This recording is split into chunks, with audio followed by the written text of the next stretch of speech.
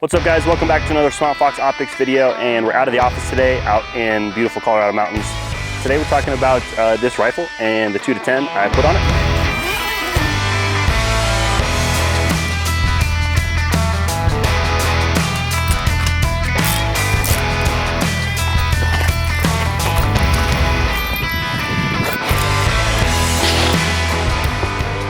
If you have the displeasure of knowing me, I talk about this rifle like CrossFitters talk about CrossFit. I will bring it up in every conversation, no matter how unrelated it is to firearms. I find a way to bring it back to this rifle. So we're gonna do that today.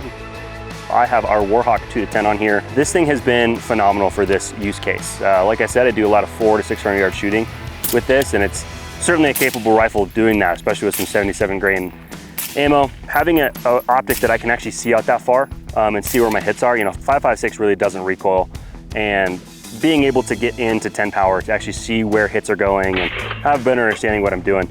The 2-10 has, like I said, just worked phenomenally for me. So I have it in the mil variant. I just personally like mils better. At least that's what all the other cool shooters on the internet do, so I do it as well. And maybe one day I'll be cool like them. Been really enjoying it. It's in a zero gravity mount. 34 mil mount here. I think this is one of the older ones. I got a Dead Air Sierra 5 suppressor. This is a dedicated 5.56 can, and this thing has been running phenomenally well. Sounds great, especially on a 16-inch gun. Knocks the sound down quite a bit.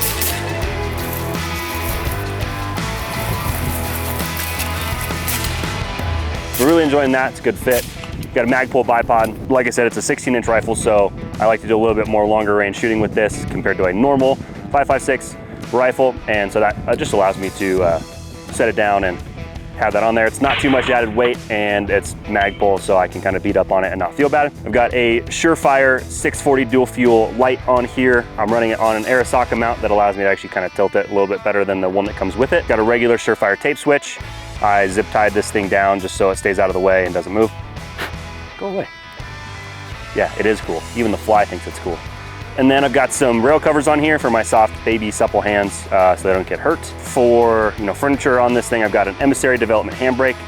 If you are holding this thing in your shoulder, this helps. I love these things. I have them on every single rifle, but it also can provide as like a little barricade stop if you're shoving the rifle up against something. They're durable and not that expensive, so again, I also don't feel bad beating up on this thing. I have some Drew Meyer Defense rail covers.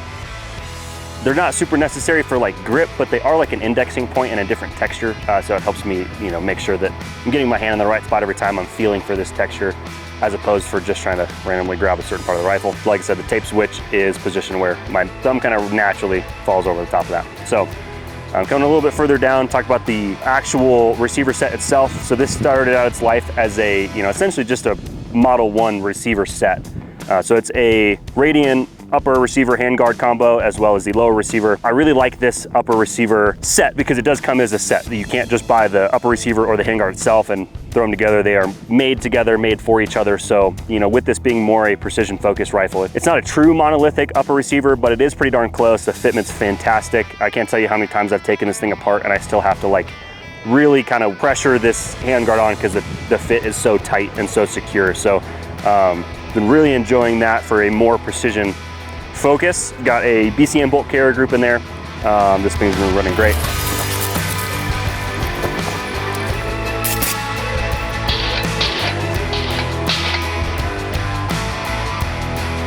One of the huge things I love about this is instead of having to use your left hand, if you're right-handed, to pull your charging handle back, to lock your bolt carrier group back, I can just hold down on my magazine release on the right-hand side of the gun, pull back, and it's gonna lock my bolt open that way. So it's definitely something you gotta take some time to train to, and you definitely look like an idiot when you pick up any other firearm that does not have that feature, and I'm sitting there trying to lock the bolt back with the magazine release, and people look at you like you have no idea what you're talking about. So that's happened before. Speak from personal experience. But yeah, I really like that. This thing is just sturdy as all get out. I really love the color. No particular reason I chose the color, I just think it looks cool. And that's actually all that matters. You don't actually have to shoot it, you just have to think it looks cool. Got a Hyperfire trigger in here. I've been playing around with some different options for triggers, so that's just the one I have fallen on currently. Nice short break, probably 4 or 5 pound trigger. It's all you really need it to be. I know everybody's got like a super light trigger, but if you've got good fundamentals, this is perfectly sufficient for everything you need. I've got a Driven Arms Co. pistol grip on here. I really like the angle of this grip, with it being a rifle that I shoot prone and in a lot of different positions, especially more precision focused. The angle of this is just really more natural for my wrist. I don't have to, really turn my wrist over to get a good grip. It's just a little more natural. I'm right-handed, but using my left hand to show you. Last little part of the rifle itself here, a B5 Systems Sop-Mod stock. I like this stock quite a bit. I like how it looks. I like the big, thick cheek welds. I really find that to be easy for me to get consistent, on the cheek.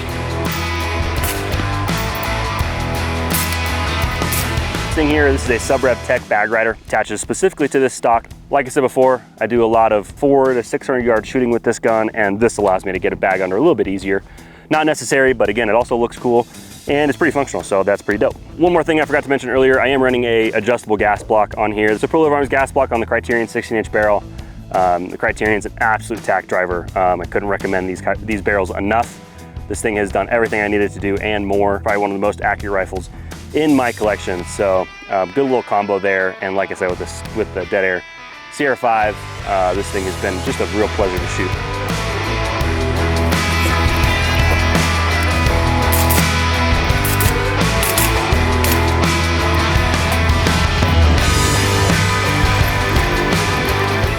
Thanks so much for watching the video today, guys. I hope you liked the build breakdown, kind of how I put this together, why I put it together the way that I did. If you want to check out our Warhawk 2-10, check the description below. We'll have a link. If you want to look at any of the stuff that I talked about on this rifle, we'll also throw some links down below. All of these companies have great people involved with them. We really love them, and I like this stuff as well. So check the description below if you want to learn a little bit more about this setup.